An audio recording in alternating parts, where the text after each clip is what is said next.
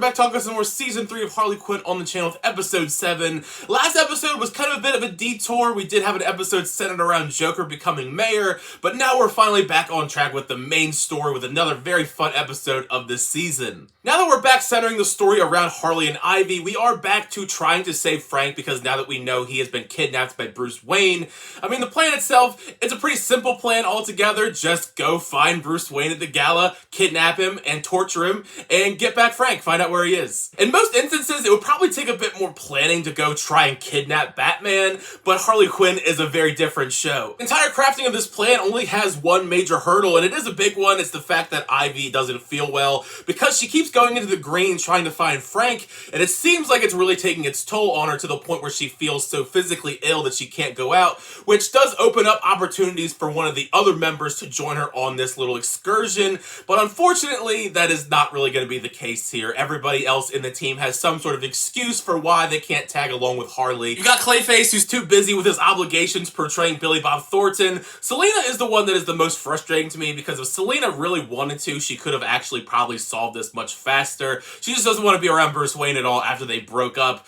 And King Shark is too busy with B storyline stuff because he's going to his home because his father unfortunately passed away, so he has to go back for the funeral. But we still get a lot of King Shark in this episode because, like I said, he is the B storyline going on. But with everybody not being available, that means that we get a solo Harley adventure, which is exciting to me. I think that is great to just see her go off on solo adventures because we don't really get too many of those in Harley Quinn. That doesn't mean that I don't love the whole entire team dynamic that's been set up all throughout all 3 seasons of the show, but every now and then we sprinkle in an adventure with Harley Quinn by herself. I think that is a good idea, especially with 3 seasons under their belt. Much like I said before when talking about Selina, we do get the big reveal here that Selina and Bruce have broken up after their therapy session with Music Meister.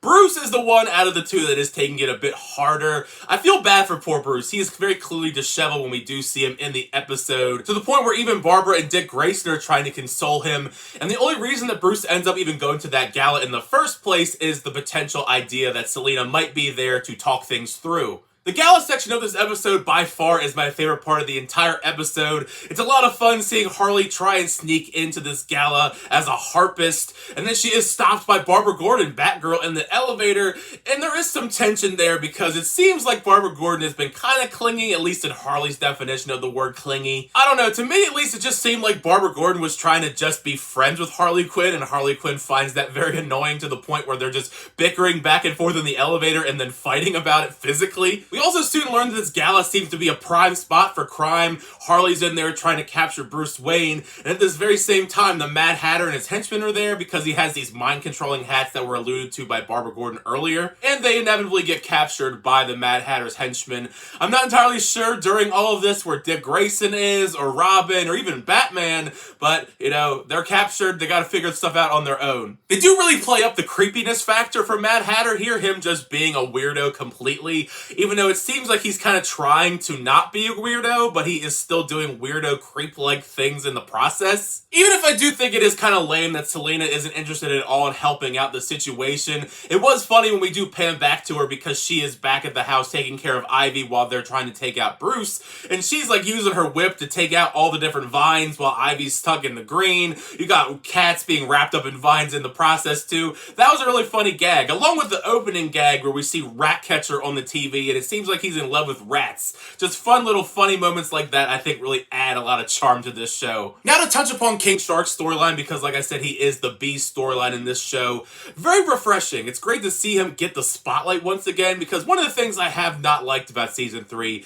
is the majority of Harley Quinn's crew have been sidelined, so him getting an entire storyline to himself was nice to see. It even pivots in a way that I wasn't anticipating, because at first it seems like a nice reunion. King Shark gets to reconnect with his brother, but then it just pivots on a dime very quickly because his brother wants to sell the kingdom to Ocean Master, and he's going to turn it into like a strip mall pretty much. There isn't much else to this story. I mean, it is a B storyline after all. We do get a very awesome fight between the brothers with a really shocking ending. I was not expecting the ending to this battle to be King Shark stabbing his brother through the chest with Ocean Master's helmet. So it remains to be seen what the repercussions of that is going to be on this kingdom in general, whether or not there's going to be some consequences at all, because that's where we leave off the storyline for this episode. As both Harley and Batgirl are captured together, I thought it was quite cold of Harley that she tells Mad Hatter that they aren't friends at all, so she gets to go free and gets in the elevator and just leaves Barbara Gordon there. Thankfully, psychiatrist Harley kicks in and reasons with Harley about how she has to go back and help her, and because of that, we get an awesome battle where she teams up with Barbara Gordon to take on Mad Hatter and the henchmen. Easily by far the coolest part of the entire episode to me. It's just one of those moments, like Barbara says, where Harley Quinn really isn't as bad as we think she is, but just despite her saying that, she does bash the living hell out of Mad Hatter and blood goes everywhere. So it seems like we may have to add Mad Hatter to the list of villains that Harley Quinn has killed. So Batman's kind of running low on villains because Harley Quinn keeps killing them all on her show. And speaking of Bruce Wayne, we do see him get very easily tricked into thinking it's Selina Kyle, and Harley Quinn does come back to the apartment with him. Who knows what terrible things are going to be doing to him in the next episode to try and get that info out of them to try and save Frank. All around, a very fun episode of Harley Quinn Season 3. The Batgirl and Harley Quinn team up, I think, was my favorite part of the episode, like I said previously. We are winding down to the very end of Season 3, though. We only have a couple episodes left until the finale. But make sure you share your thoughts down below. What do you think of this episode of Season 3 of Harley Quinn, Episode 7? Do you like the episode, not like the episode? Share your thoughts and theories you may have on where we're going to go in these next couple episodes. It's part of the fun of this time, the conversation with you guys in the comments section down below. Thank you guys always sharing the reviews. I really do appreciate that. Make sure to leave a like on the video and also subscribe to the channel so you're always updated with reviews, reactions, unboxings, and more. But next time, I'll see you guys later.